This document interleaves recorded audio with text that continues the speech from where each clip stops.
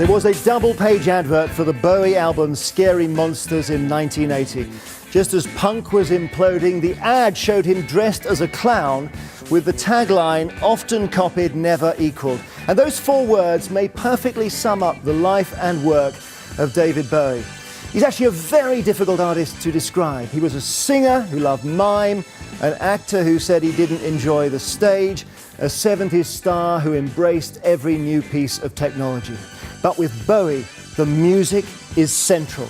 He wrote the most brilliant songs. He sang about love, God, and spaceships. He may well have been the greatest solo musician British pop has ever produced. Perhaps you only need two words to sum him up: rock star. Here's one fan, DJ Lauren Laverne.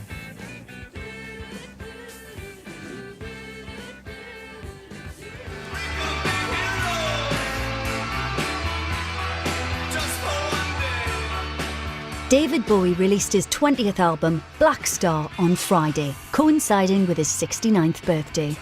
But when it comes to pop music, Bowie was a big bang in his own right. His creative DNA is everywhere.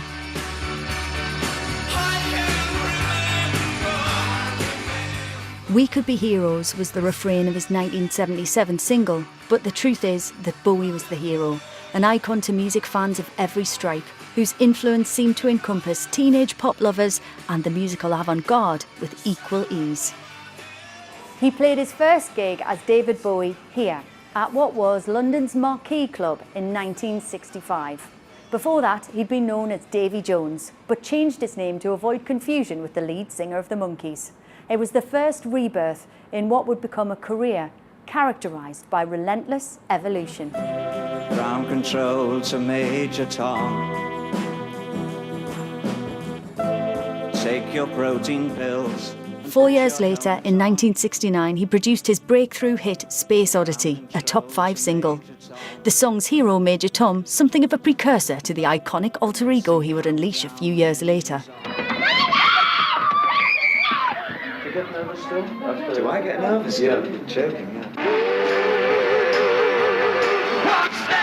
The rise and fall of Ziggy Stardust and the Spiders from Mars captured the imagination of pop-loving British teenagers, but it also broke boundaries, not just because of the music. I was never very confident of my voice, you see, as a singer. So I thought, rather than just sing them, which would probably bore pants off everybody, I'd like to kind of portray the songs. There's a star man waiting in the sky. This 1972 Top of the Pops performance, featuring an androgynously dressed Bowie, his arms slung around guitarist Mick Ronson's shoulders, is cited by many as the moment the 70s exploded, bringing into Britain's living rooms a conversation the country itself wasn't yet ready to have about sexuality, gender and outsider culture. The reasons that I do what I do is because I just like startling people. Startling? Yeah, something to do. By the mid-70s, Bowie had reinvented himself once again. He travelled to Berlin in a bid to escape his drug problems. The trilogy of albums he produced between 1977 and 79 would go on to change the face of contemporary music, but at the time, they took many fans by surprise. His sound was darker and more daring than before, and once more brought the cutting edge into the mainstream. He collaborated with Brian Eno and Iggy Pop, was influenced by the futuristic sound of German bands like Kraftwerk and Neu, and was inspired by disciplines outside of music too, using William Burroughs' cut-up technique to create lyrics.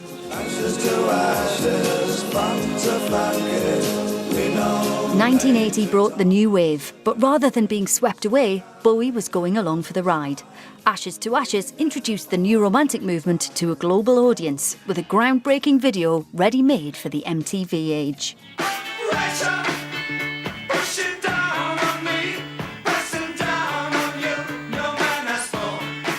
The following year, his collaboration with Queen, Under Pressure, would give him his third British #1. Bowie's dark side was under control, for now. His latest sound was slick, soul-influenced and a huge commercial success. Chic's Nile Rodgers produced his next album, Let's Dance, a transatlantic success that surprised Bowie.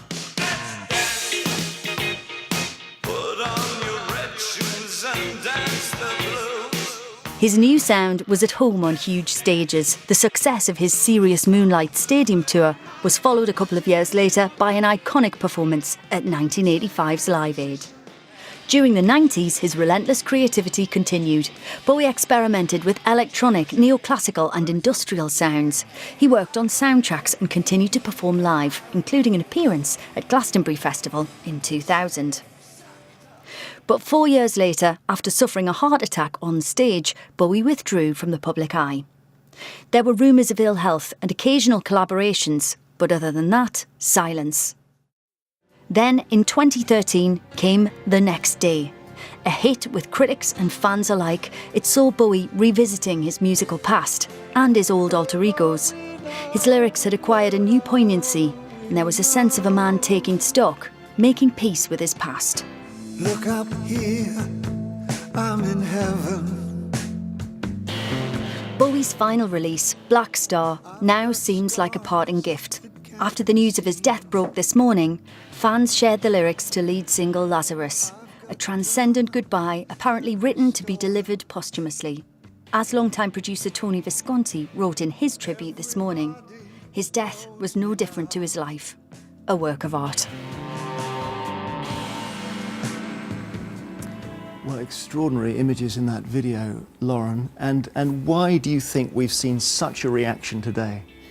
Well, I mean, a few reasons. Obviously, it's proportionate to his influence. You know, the huge reaction just mirrors the massive influence that David Bowie had. We went on air on 6 Music this morning from 10 o'clock, and for 3 hours we just received message after message, hundreds and hundreds and hundreds of messages from listeners. I know it was similar for you over at Radio 2. And what was really interesting to me was that these are people who love all different kinds of music, and that came up frequently.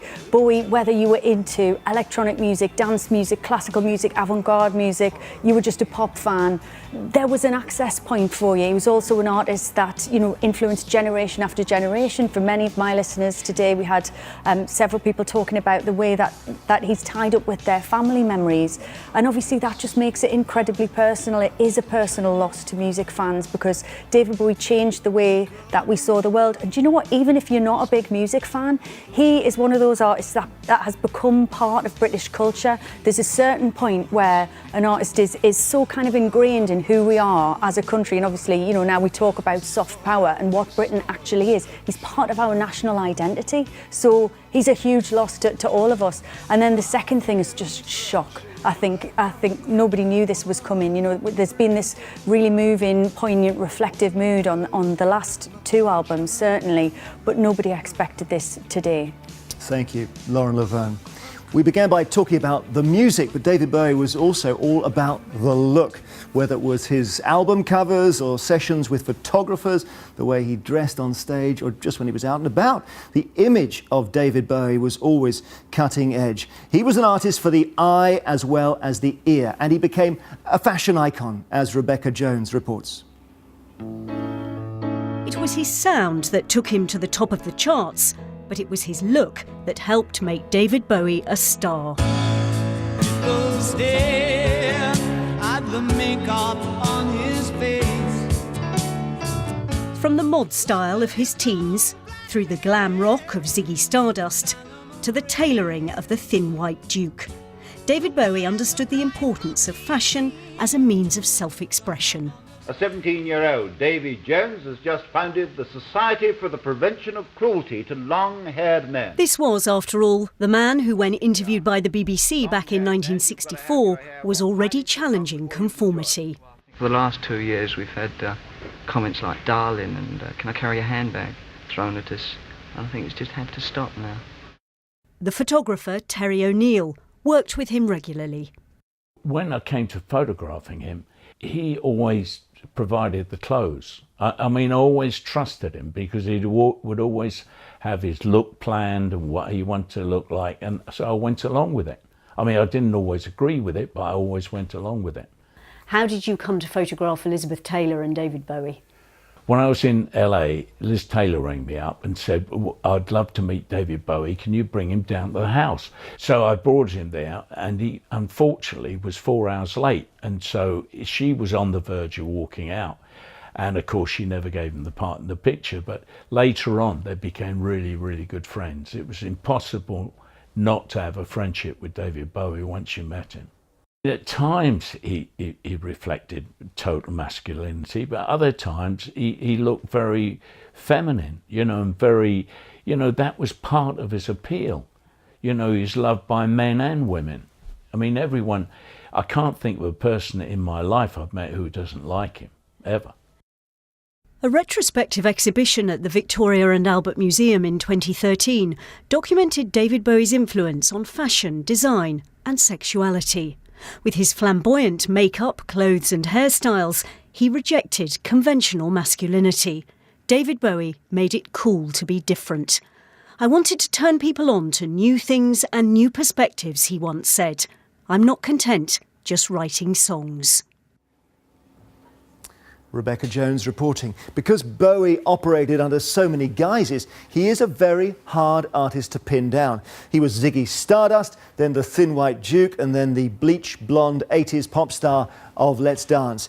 He had lighter pop years and serious Berlin years and everything in between. So for us, Sean Keaveney, who does The Breakfast Show on BBC Six Music, analyses just one song from the album Aladdin Sane. He's chosen Jean Genie.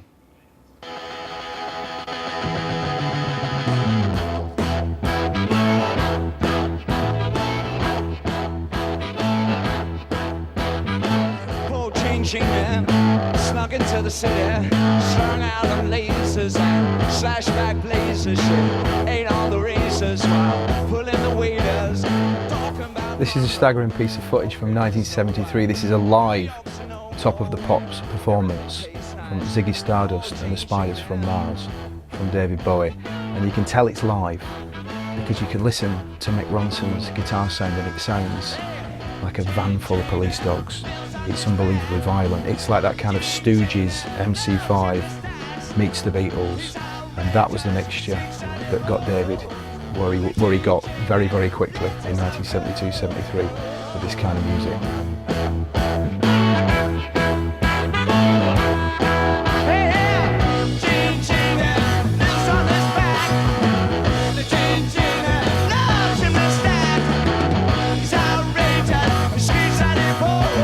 Before this, rock and roll was a kind of male Provence, wasn't it? You know, here it's just ambiguous. It's up for grabs, and you just don't know. They're getting off with each other. It's possible, isn't it? It's more than possible. It looks like it to me. I love that ambiguity and that excitement of this particular clip.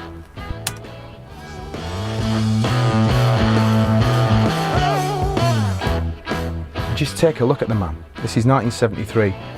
A colossal culture shock for everybody, this. The shock of the new, that's what we're seeing here. It's just a wonderful thing to see. Shirtless, total confidence. Brilliant. It's kind of a play on Jean Genet, who was, of course, a kind of revolutionary French novelist and playwright who used to talk in a very forthright manner about homosexuality, so there's that running through it. But I think Jean Genie's supposed kind of to be Iggy Pop as well, this sort of louche degenerate. Whoever it's about, whatever it's about, it's just one of the greatest rock and roll performances of all time.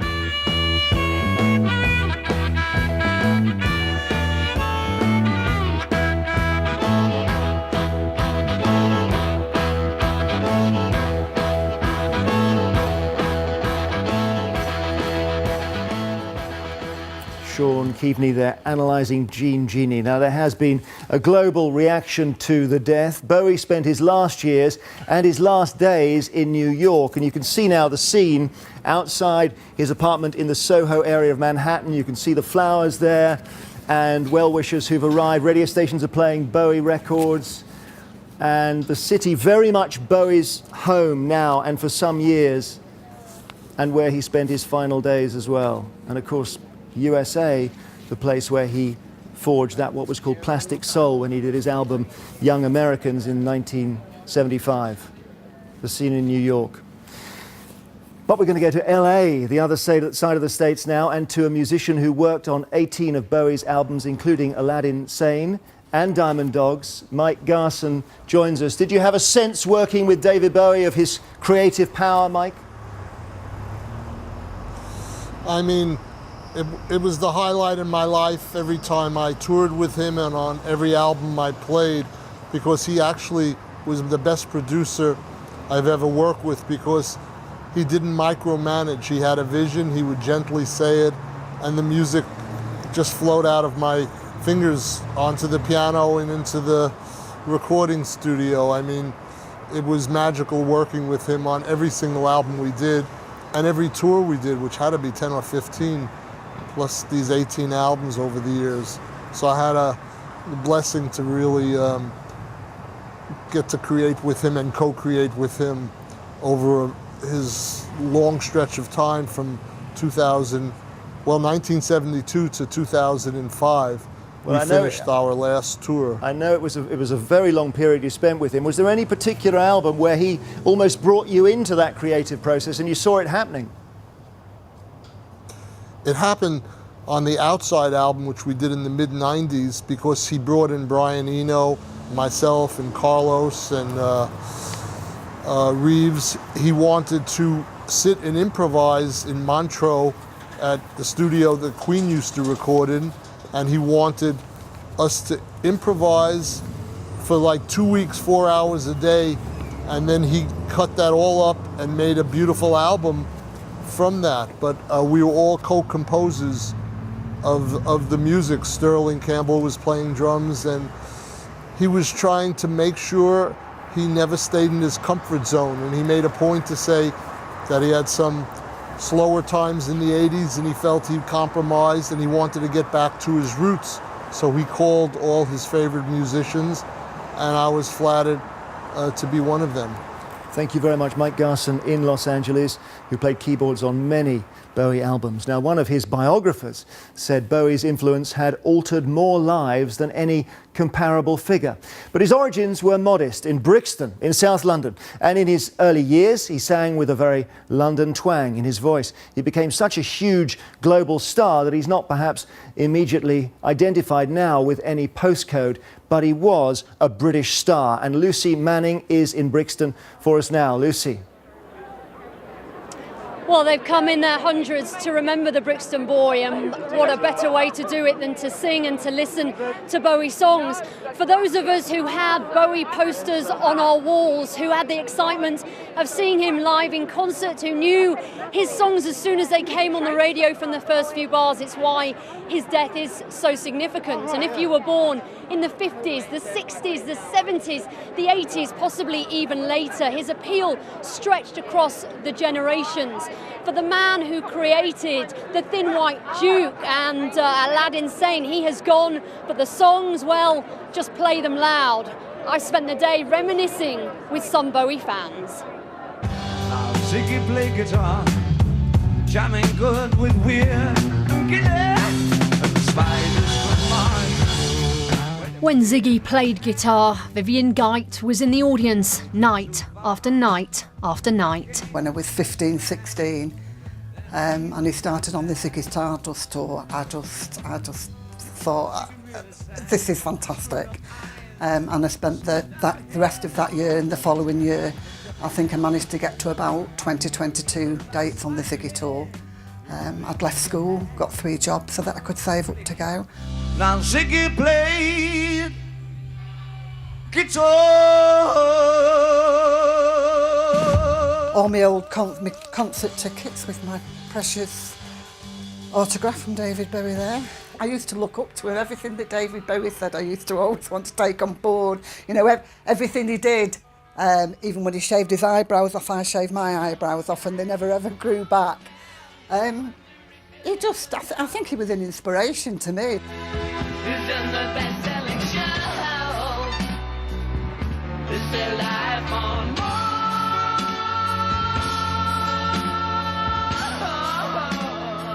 I've actually lived a bit of the lyrics, actually. I've lived in Ibiza and grew up near the Norfolk Broads. See the mice in their million hordes, from Ibiza to the Norfolk Broads.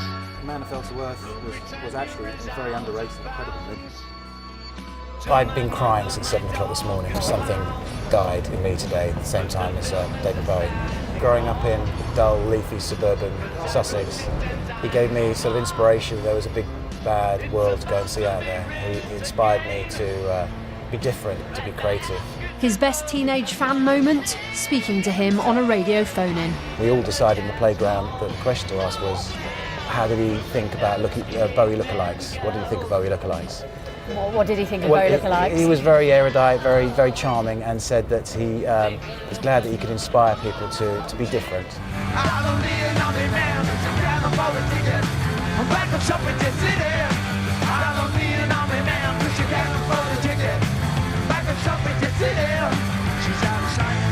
As Bowie played Suffragette City at Hammersmith Odeon, fan Graham Brown caught what he threw into the crowd.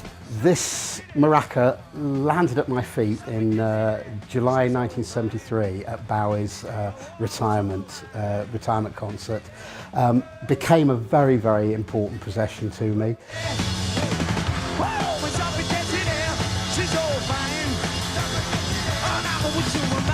So, a constant soundtrack to my life, and that's a cliche, but it's true. The voices of some fans for you. In 1976, Bowie moved to Berlin, then divided between East and West by the Berlin Wall. It was a city filled with Cold War tension, and as an artist, he evidently fed off that. He stayed for 3 years and brought out 3 albums that in places still sound hugely experimental. Among the tracks was Heroes, perhaps the standout song of the entire Bowie catalogue. The city influenced his songs years after he left, when he released the next day, in 2013, the lead single, Where Are We Now, was seen by many as a reminiscence of his days in Berlin. I wish I could swim like dolphins can swim. Though nothing will keep us together. We can beat them forever and ever. Oh, we can be heroes just for one day.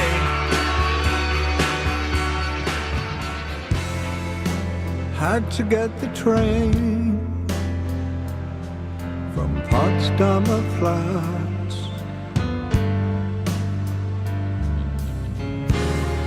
You never knew that I could do that, just walking the dead.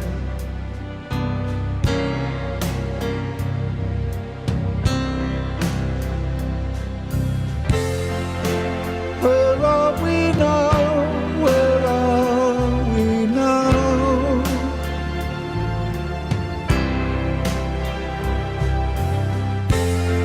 The moment you know, you know, you know.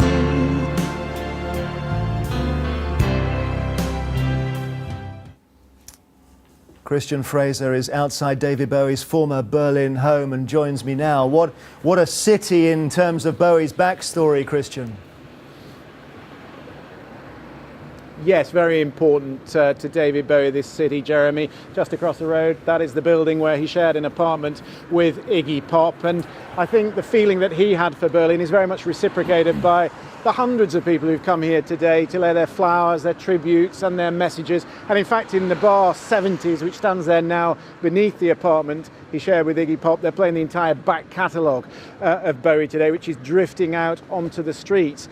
And there's a message among those flowers which says, "Thank you, David, you changed our lives forever," which is slightly ironic because I think David Bowie probably came here in 1976 to change himself.